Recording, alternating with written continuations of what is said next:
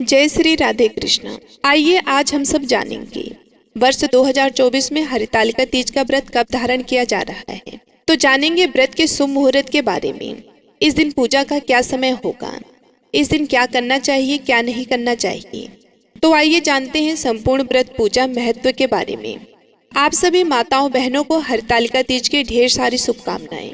आप सभी के जीवन में भगवान शिव माता पार्वती की कृपा से आप सभी को सभी प्रकार की सुख और समृद्धि की प्राप्ति हो। हरितालिका तीज का व्रत जो कि भाद्रपद मास के शुक्ल पक्ष की तृतीय तिथि के दिन इस व्रत को धारण किया जाता है। इसे हरतालिका और हरतालिका तीज के नाम से जाना जाता है। इस दिन भगवान शिव माता पार्वती के साथ में शिव परिवार का पूजन किया जाता है। यह व्रत भगवान शिव जी को माता पार्वती को अति प्रिय है। जो भी सौभाग्यवती स्त्रियां व्रत को धारण करती हैं तो उनका 7 जन्मों तक सौभाग्य अटल होता है तथा कुंवारी कन्याओं को मन इच्छित वर की प्राप्ति होती है। हरतालिका तीज का व्रत जो कि बड़ा ही कठिन माना जाता है। इस दिन और रात्रि निर्जला रह करके व्रत को धारण किया जाता है और विशेष प्रकार से इस दिन जो कि हस्त नक्षत्र में पूजन करने का विशेष महत्व माना गया है। तो आइए जानते हैं हरतालिका तीज व्रत के शुभ मुहूर्त के बारे में। भाद्रपद मास शुक्ल पक्ष की तृतीय तिथि प्रारंभ समय जो कि 5 सितंबर 2024 दिन गुरुवार दोपहर 12:30 और तृतीय तिथि की जो समाप्ति है वे 6 सितंबर 2024। तृतीय तिथि प्रारंभ समय जो कि 5 सितंबर 2024 दिन गुरुवार दोपहर 12:23 और तृतीय तिथि की जो समाप्ति है वे 6 सितंबर 2024 दिन शुक्रवार को दोपहर 3:02 पे होगा। शुक्रवार को दोपहर 3:02 पे तृतीय तिथि की समाप्ति है। भाद्रपद शुक्ल की तृतीय तिथि को हरतालिका तीज का व्रत धारण किया जाता है। इसमें मुहूर्त मात्र हो तो पारण तिथि ग्राही की जाती है क्योंकि द्वितीय पिता माह की और चतुर्थी पुत्र की तिथि है। अतः द्वितीय का योग निषेध करके चतुर्थी योग को श्रेष्ठ माना गया है। इस कारण से जो भी हरतालिका तीज का व्रत धारण करने वाले हैं वे सभी 6 सितंबर 2024 दिन शुक्रवार को व्रत को धारण करेंगे। 6 सितंबर को ब्रह्म मुहूर्त का जो समय है वह समय सुबह 4:30 बजे से सुबह 5:01 तक होगा। सूर्योदय का समय सुबह 5:04 और सूर्यास्त का समय शाम 6:01 है। तो इस दिन 6 सितंबर को हरतालिका तीज का व्रत भी धारण किया जा रहा है और इस दिन चंद्रोदय व्यापी के अनुसार संकष्टी चतुर्थी का भी व्रत किया जाएगा। चौथ चंद्र का व्रत किया जाएगा। बहुत सी जगहों पर जिसे कि चौरचन के नाम से भी जानती हैं तो इस दिन व्रत को किया जाएगा। और जो भी गणेश चतुर्थी का गणेश जन्मोत्सव का व्रत धारण करते हैं वे सभी 7 सितंबर को शनिवार के दिन मध्यमा के अनुसार गणेश चतुर्थी का व्रत किया जाएगा। इस दिन से आरंभ हो करके जो कि अनंत चतुर्थी तिथि के दिन गणेश चतुर्थी व्रत की समाप्ति होती है। तो मध्यवान व्यापक के अनुसार 7 सितंबर को गणेश चतुर्थी का व्रत किया जाएगा और 6 सितंबर को चंद्रोदय व्यापक के अनुसार संकष्टी चतुर्थी का व्रत किया जाएगा। और इस दिन जो कि चंद्र दर्शन निषेध माना गया है, इस दिन चंद्रमा का दर्शन भूल कर भी नहीं करना चाहिए क्योंकि इससे झूठा कलंक का भागी बनना पड़ता है। अगर भूल चूक से चंद्रमा का दर्शन हो जाए तो भगवान गणेश जी का पूजन करना चाहिए और श्याम अतंग मणि का कथा श्रवण करना चाहिए। विशेष प्रकार से गणेश चतुर्थी व्रत के बारे में जो कि आप दूसरे वीडियो में जान पाएंगे। इस व्रत में जो कि हस्त नक्षत्र का विशेष महत्व बताया गया है और इस बार नक्षत्र जो कि हस्त नक्षत्र पर पड़ रहा है वे 6 सितंबर को जो कि सुबह 9:02 तक हस्त नक्षत्र होगा। उसके बाद चित्रा नक्षत्र शुरू है।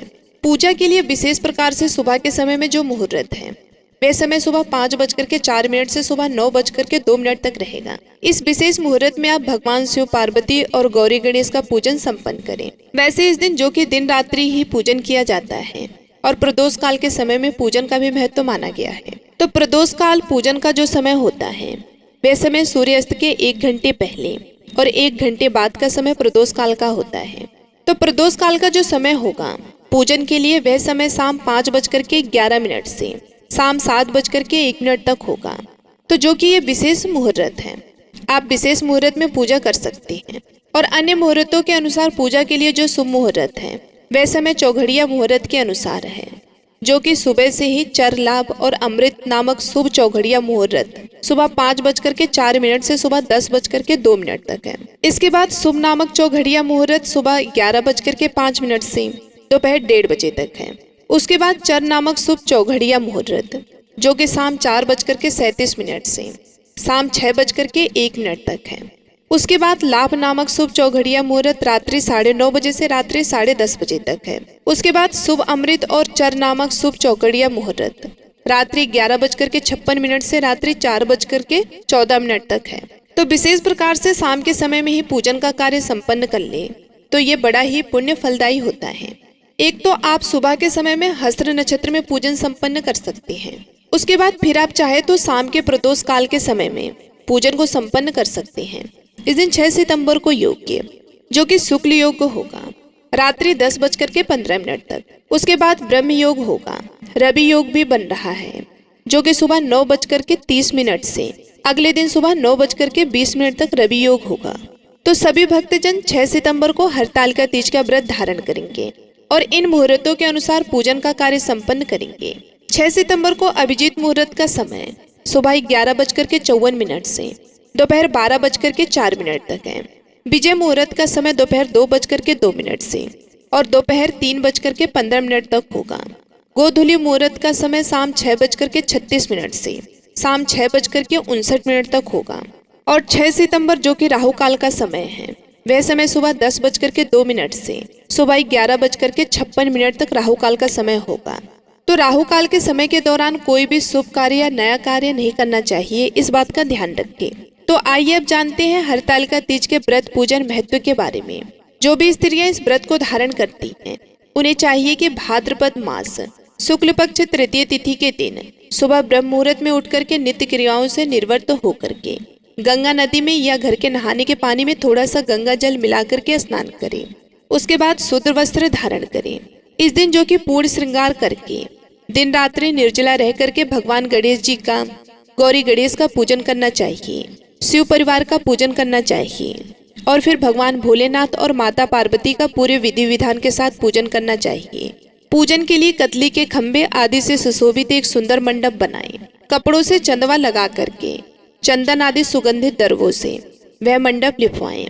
फिर शंख भेरी मृदंग आदि बजाते हुए सामूहिक रूप से स्त्रियां एकत्रित होकर के मंगलाचार करते हुए मंडप में माता पार्वती तथा भगवान शिव जी की प्रतिमा को स्थापित करें। इस दिन चाहे तो स्वर्ण निर्मित प्रतिमा को स्थापित करें या बालू का मिट्टी की प्रतिमा स्थापित करके भगवान शिव तथा माता पार्वती का पूरे विधि विधान के साथ पूजन करना चाहिए। इस दिन सुगंधित फूल, गंध और मनोहर धूप, नाना प्रकार के नववेद आदि एकत्रित करके पूजा करके जो कि रात्रि जागरण करनी चाहिए। सबसे पहले पूजन के लिए एक आसन लगाएं। आसन पर पूर्व या उत्तर दिशा की ओर मुख करके बैठने चाहिए। अपना शुद्धिकरण करके तिलक धारण करें। उसके बाद फिर एक दीपक प्रज्वलित करके सबसे पहले भगवान गणेश जी का पूजन करना चाहिए। किसी भी प्रकार के शुभ या मांगलिक कार्यों में सबसे पहले भगवान गणेश जी का पूजन किया जाता है। तो पहले भगवान गणेश जी का और साथ में गौरी का पूजन करें, यानी कि गणेश अंबिका का पूजन करें और भगवान गणेश जी से अपने पूजन को निर्विघ्न पूर्वक पूर्ण करने के लिए भगवान गणेश जी से प्रार्थना करें कि यह व्रत मेरा पूर्ण हो, हमें पुण्य फलों की प्राप्ति हो। इस प्रकार से भगवान से प्रार्थना करें। गणेश अंबिका का पूजन करके कलश देवता का पूजन करना चाहिए। कलश को स्थापित करके कलश के नीचे जो कि सख्त धान रखे, उसके ऊपर कलश को स्थापित करके कलश पर जलपान रखें। कलश में सुपारी, पैसा, 5 पल्लव, पंच पल्लव या आम का पल्लव डाल करके उसके ऊपर से एक पूर्ण पात्र रखें। उसके ऊपर से एक पानी वाला नारियल रखें और फिर कलश देवता का पूजन करके 9 ग्रह इंद्रदीप देवताओं का पूजन करें। दिन में पूजन करते हैं तो सूर्योदय आदि पंच देवता का पूजन करें। सूर्यदेव आदि पंच देवता का पूजन करें। उसके बाद फिर शिव परिवार का पूजन करें, जैसे कि नंदी, श्रृंगी, भृंगी, कीर्त, मुख, कुबेर, कार्तिकेय, सर्प, इनका पूजन करें।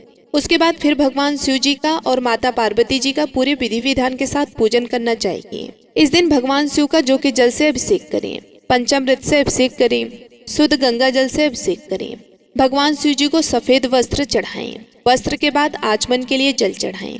उसके बाद यज्ञोपवीत यानी कि जनेऊ अर्पित करें। इसके बाद फिर आचमन के लिए जल चढ़ाएं और फिर अक्षत, चंदन, पुष्प भगवान शिव को अर्पित करें। इस दिन भगवान शिव को विशेष प्रकार से सफेद पुष्प चढ़ाएं या कमल का पुष्प मिल सके तो कमल का पुष्प अर्पित करें। मदार की माला भगवान शिव जी को अति प्रिय होता है तो इसको भी अर्पित करें। इसके बाद बेलपत्र, भांग, धतूरा, समी पत्र चढ़ाएं। सुगंधित द्रव्य, इत्र आदि भगवान शिव को चढ़ाएं। फिर धूप और दीप दिखाएं। अनेक प्रकार का नैवेद्य, इस मौसम में मिलने वाले जो भी ऋतुफल आदि हों या दूध से बने हुए वस्तु हों, वे भगवान शिव जी को अर्पित करना चाहिए। नववेद के बाद जल से आचमन करवाएं। मुख शुद्धि के लिए पान, पत्र, सुपारी, लौंग, इलायची साथ में अर्पित करें। लौंग इलायची के साथ में अर्पित करें। इसके बाद फिर माता पार्वती का पूजन करना चाहिए। माता पार्वती जी का जल से अभिषेक करें। पंचामृत से अभिषेक करें। माता पार्वती को लाल वस्त्र चढ़ाएं। श्रृंगार की सभी वस्तुएं माता को अर्पित करें। सिंदूर चढ़ाएं। फिर अक्षत, चंदन, पुष्पों की माला अर्पित करें। धूप और दीप दिखाएं। अनेक प्रकार के नैवेद्य, प्रसाद माता पार्वती को अर्पित करें। इस दिन बांस की टोकरी में समस्त श्रृंगार की वस्तुएं और फल आदि रख करके माता को अर्पित की जाती हैं। और अपने लिए कुछ वस्त्र रखना हो या श्रृंगार की वस्तुएं रखनी हो तो उसे भी एक टोकरी में रखनी चाहिए। जो कि अपने लिए रखे हों वह अपने लिए रखें और जो दान के लिए रखे हों वह अगले दिन फिर दान करना चाहिए। तो इस प्रकार से एक टोकरी में सभी प्रकार के श्रृंगार की वस्तुएं, फल आदि रख करके माता को अर्पित करें। मुख शुद्धि के लिए पान, पत्र, सुपारी, लौंग, इलायची के साथ में माता को अर्पित करें। द्रव्य दक्षिणा चढ़ाएं। फिर उसके बाद हरतालिका तीज की व्रत कथा का श्रवण करना चाहिए। भगवान शिव जी का स्रोत, शिव चालीसा आदि का पाठ श्रवण करना चाहिए और माता पार्वती से इस प्रकार से प्रार्थना करें कि हे शिवे, हे शिव रूपिणी, हे मंगला, आप सभी अर्थों को देने वाली हैं। हे देवी, हे शिव रूपी, आपको नमस्कार है। हे शिव रूपे, आपको नमस्कार है। हे शिवे, आपको सदा के लिए नमस्कार है। हे ब्रह्म रूपिणी, आपको नमस्कार है। हे जगत धात्री, आपको नमस्कार है। हे सिंह वाहनी, आपको नमस्कार है। संसार के भय से भयभीत मुझ दीन की रक्षा करो। जिस कामना की पूर्ति के लिए मैंने आपकी पूजा की है, हे पार्वती, मुझे राज्य और सौभाग्य दो, मुझ पर प्रसन्न हो। इस प्रकार से जो कि माता पार्वती से प्रार्थना करनी चाहिए।